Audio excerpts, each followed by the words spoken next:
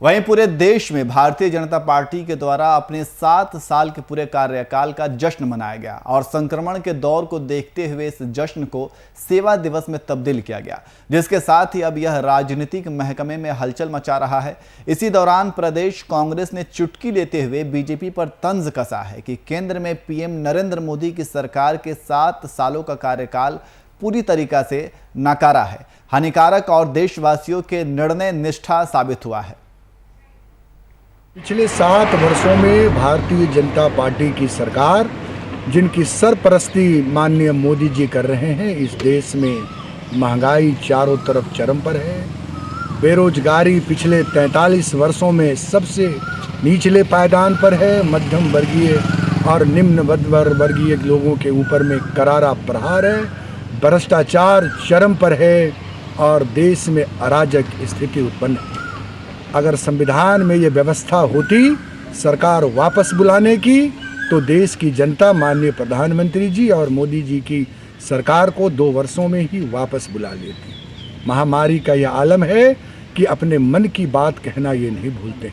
चारों तरफ देश में समाज में विद्वेष है, भाईचारगी समाप्त हो चुकी है और दूसरे वेव जो आए हैं, दूसरी लहर, लोगों ने देखा बालू की रेत के नीचे गंगा नदी के अंदर किस तरह से लाशें बिछाई गई।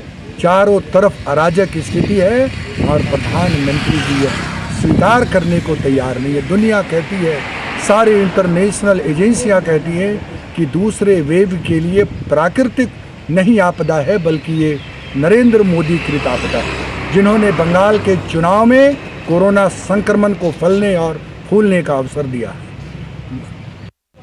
आज केंद्र की सरकार का 7 वर्ष पूरे हुए हैं। नरेंद्र मोदी जी के नेतृत्व वाली भारतीय जनता पार्टी की सरकार, दूसरे कार्यकाल का ये दूसरा वर्ष उनका पूरा हुआ है।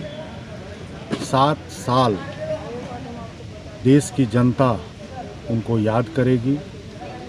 बढ़ते हुए महंगाई को लेकर के, बढ़ते हुए बेरोजगारी बेकारी को लेकर के, और जिस प्रकार से देश की अर्थव्यवस्था को नुकसान हुआ है, देश की जो ताकत है उसमें कमी आई, इसको लेकर के देश की जनता उनको याद करेगी।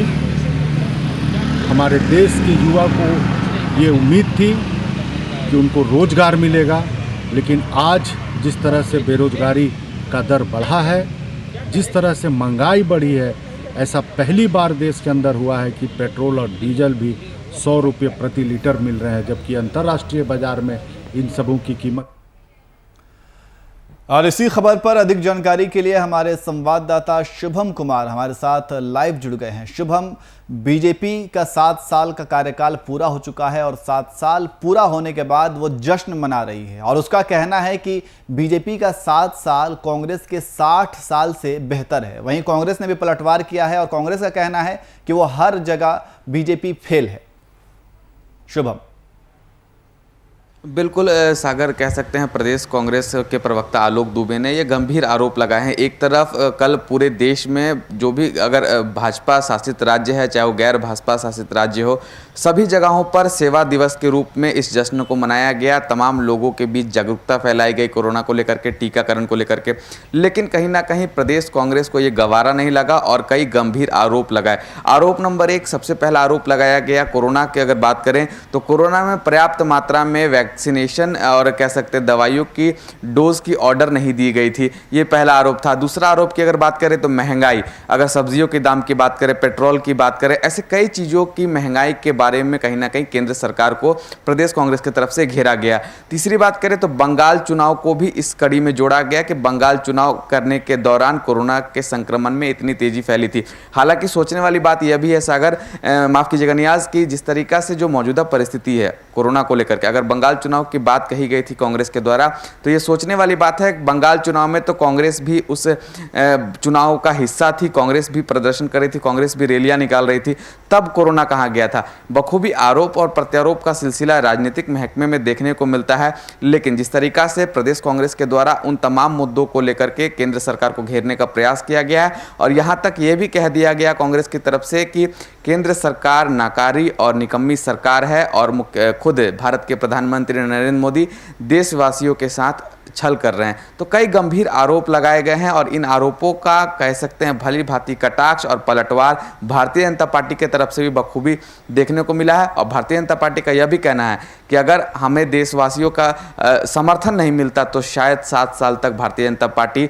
अपने देशवासियों की सेवा नहीं करती। तो कई आरोप लगाए जा रहे हैं और आरोप और प्रत्यारोप का सिलसिला बखूबी राजनीतिक महकमे में देखने को मिलता है। जी शुभम, लेकिन जिस तरीके से 7 साल के कार्यकाल पूरा होने के बाद एक जश्न मनाया गया, सेवा दिवस का इसका नाम दिया गया, और इस पूरे आयोजन में कौन कौन वहां पे शामिल हुए?